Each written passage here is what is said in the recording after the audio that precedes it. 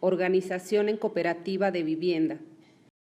Estando ahí, que conocí la problemática, fue algo muy impactante, porque lo que me di cuenta es que vivía muchas personas en 3 lugares, pero todos estaban sin contar con servicios públicos de ningún tipo. Entonces, al preguntarle a la gente por qué no tenían agua, no hacían por meter el agua y el drenaje para que tuvieran servicio sanitario, para que tuvieran el agua en sus viviendas, la gente contestó pues que no podían porque no les daba permiso los dueños de los terrenos. Entonces, pues comenzando porque cuál era la causa de las enfermedades, que era lo que les preocupaba al equipo auxiliar y a las monjas ursulinas, cuál era la situación. Entonces, pues no se iba a resolver con poner el dispensario iba a resolver una consecuencia de una causa que estaba siendo la falta de higiene y la falta de servicios públicos, como es el drenaje, como es el agua, dentro de las viviendas. Cuando ya tengamos un grupo vamos a hablar de 30, 40, ¿sí? Vamos a empezar a hacer las asambleas y les vamos a platicar a dónde vamos a ir, cómo vamos a ir, qué vamos a decir. Ustedes no se preocupen. Decíamos, pero mire, aquí hay una cosa muy para mí problemática. Muchos no sabemos leer. Eso no importa, dice. Eso no importa. Nosotros vamos a decir, cuando entren a una independencia, vamos a decir qué les van a decir. Punto. Bueno, pues es así, pues sí. Empezamos con las juntas, después ya discutamos más. Yo vine, le dije a Hola Villalba, que era mi compuña, le dije a la difunta María Cruz, le dije a mi compadre muy en paz descanse, Moisés Martínez, el esposo de doña Evelina. No, pues se enojaron conmigo, dijeron que andaba de político, que nos iban a correr, que andaba haciendo eso. Yo, miren, si nos corren, ¿qué perdemos? Pero si ganamos, ganamos mucho. Pero ¿cómo que estos señores son poderosos? Tienen abogados, tienen dinero. ¿De dónde? Y miren, lo que pasa es que siempre estamos con el miedo.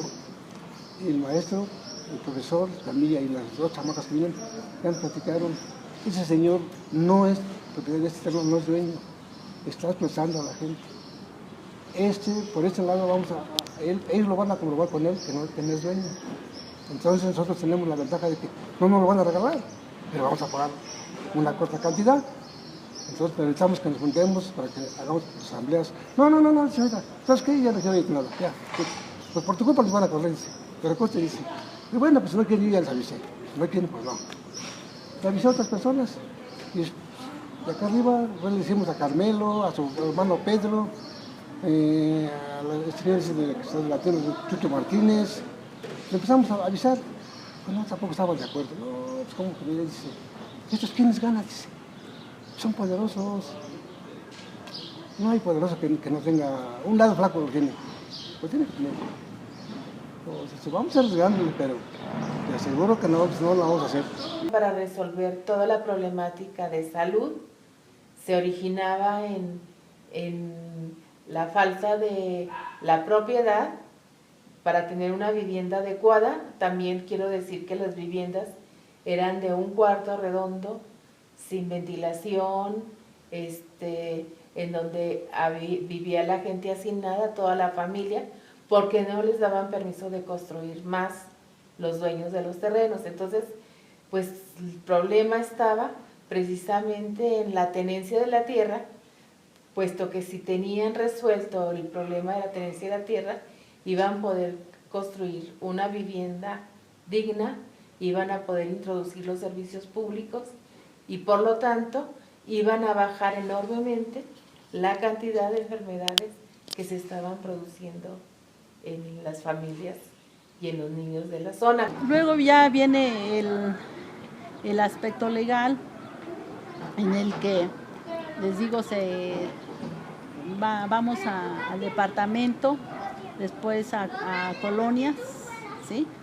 Y ahí nos dicen que no por el momento no nos van a dar respuesta, pero que van a turnar el caso a la oficina de colonias y ya empezaron a dar trámite, ¿sí? Que en esta etapa siguieron las amenazas por los señores Ledesma. Empezaron a amenazar.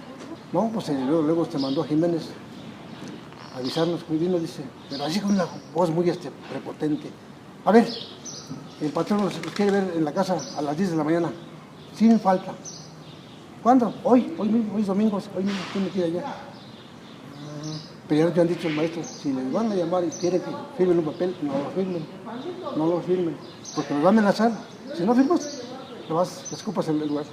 Tú no hagas caso. Nosotros vamos a estar al pendiente de todo eso. ¿Y cómo fue? Llegaron allí, ya nos dijo el famoso Chato, porque era el Chato el hermano del mayor de ellos, porque el papá vivía en Santa Fe. El mero dueño, según el dueño era su papá de ellos, se llamaba Efraín Ledesma. Entonces para esto Chato llegó y dice, dice con que ustedes andan de políticos, ¿no? ¿De políticos? No se hagan tontos, ya sé cómo andan haciendo ustedes. A ver, ¿quién es ese hijo de la chica que nos anda intrigando, que me quiere quitar mi terreno? ¿Cuál terreno? Pues donde les presté para vivir. No están hablando con nadie.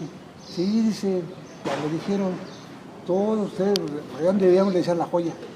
Todos los de la joya, el patio y acá arriba, y ganando. ¿Saben qué dice? Miren, no hay problema. ¿Tienen terreno? Yo te los doy, pero se los vendo, dicen. Se los vendo y se los doy. Pero por lo pronto me van a firmar un papel para que vean quiénes quieren comprar. No, firmar papel no tenemos. Firmar papel así, menos en una hoja en blanco. No, pero ¿por qué no? Entonces, ¿no quieres vivir aquí? ¿Ya no quieres vivir? ¿Qué quieres vivir? Pues entonces fírmale. No firmo.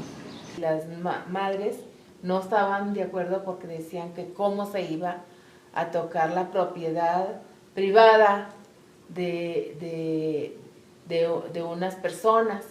Bueno, la idea al principio era llegar a un acuerdo con los propietarios que vendieran y que precisamente el equipo auxiliar pudiera conseguir un financiamiento como préstamo para comprar esa tierra. Pero eso era por una parte convencerlos a ellos de cuál era el problema y que quisieran, estuvieran de acuerdo en que se iniciara un trabajo con la gente en ese sentido. Porque luego vino el problema de convencer a la gente. Ese creo que fue el problema más fuerte todavía. Tan es así que la misma gente estaba convencida de que eso no podía ser, de que no debía ser porque ellos, los dueños, eran personas muy buenas con ellos. Los habían ido a buscar a su tierra para traerlos y les habían dado trabajo. Ellos habían durante años excavado las minas y ahí habían trabajado, ahí habían muerto sus padres trabajando en esas minas y que pues ellos le debían muchos favores les prestaban el pedazo de tierra donde tenían su casa construida para vivir, su cuartito.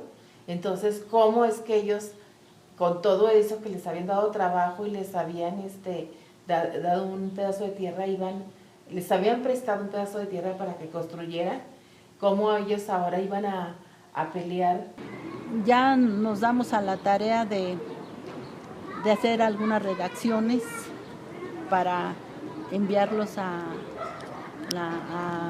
la presidencia. En aquel entonces estaba de presidente el licenciado Luis Echeverría Álvarez, ¿sí? Que se formó una comisión para que fuéramos a entregar ese documento, ¿sí? Dándole a conocer nuestro problema y la regularización del terreno. Esto tuvo eco y posteriormente se pasa el caso a Carlos Madrazo Pintado, ¿sí? Carlos Madrazo Pintado era el delegado de Álvaro Obregón, Él, pues creo que se le reconoce gran parte de este proceso, porque pues de manera legal él otorga autoridad para que se hagan los trámites legales. No era fácil saber si realmente era dueño Ledesma. Entonces nos dimos a la tarea de investigar si él era el dueño, y nos dimos cuenta que no tenía ningún documento oficial para representar la titulación de su predio. La primera parte entonces sí fue ir casa por casa para convencer a familia por familia y sobre todo decirles que no estaban haciendo nada, que al contrario, que se dieran cuenta de la explotación que durante años había hecho, que los tenían sin seguro, sin pagarles el salario mínimo, de hacer conciencia de lo que era la explotación, de cómo ellos habían abusado los Ledesma de ellos desde la parte primero del trabajo y luego desde la parte de la vivienda, y que cómo les habían impedido todo lo que ellos sufrían, porque acarreaban agua a más de medio kilómetro cargando el agua para tomar, el agua para bañarse, el agua para lavar su ropa, para lavar, o sea, y luego el terreno irregular había que subir y bajar por unas vereditas en donde mucha gente se accidentaba, donde había aguaceros terribles y la gente llevaba empapada. Y claro, también en las casas se metía el agua por todos lados, pues muchas de las casas de veras eran casas con material de desecho, casas de cartón. O sea, cuando salió esta canción de las casas de cartón, hagan de cuenta que ustedes estaban viendo y viviendo lo que vivían las personas que estaban viviendo ahí. Cuando fuimos al departamento, era departamento, lo que ahora es el gobierno, ahora el gobierno de la Ciudad de México, en aquel entonces era el departamento del Distrito Federal, y entonces ahí la directora de planeación, la jefa, era Alessio Robles, no me acuerdo cómo se llamaba la ingeniera, pero ella dijo que tendrían que tener conciencia, se estaba dirigiendo a la gente, y como iba con ustedes, pues a nosotros, que tenemos que tener conciencia de que la ciudad había zonas para gente rica y había zonas para gente pobre, y que esa zona era una zona para gente rica, y que por lo tanto ahí no podían quedarse a vivir ustedes, que sí se reconocía que tenían derecho, que eran los que habían ocupado esa zona, que tenían derecho a la tenencia de la tierra y a tener una tierra para construir una vivienda digna y todo, pero que ahí no. Con Carlos Madrazo se lleva a cabo una entrevista entre los colonos y los propietarios, y bueno, no quedan muy convencidos, pero al fin y al cabo dicen que nos van a otorgar, pero que si se puede se nos dé la oportunidad de aceptar otros terrenos, otros predios en mejores condiciones. Nos proponen San Juan de Aragón, por Zaragoza, y pues nosotros no aceptamos. Bueno, la comunidad no acepta. En un lapso de que este señor Efraín Ledesma acuerda de llegar a tener un convenio, muere el señor Efraín Ledesma. Santillán, y deja como apoderado a Serapio, su hijo. ¿Sí? El convenio queda pendiente, pero ya se puede decir que ya el terreno sería de nosotros, ¿no? Sin embargo, ellos tratan de 1, 2 y 3 veces de impedir que el terreno pasara a manos de nosotros. Cuando se empieza a organizar la gente, empezamos a ver lo de la constitución de la cooperativa. Se nos sugirió, y en una reunión el 3 de mayo de 1972 se constituye la cooperativa legalmente.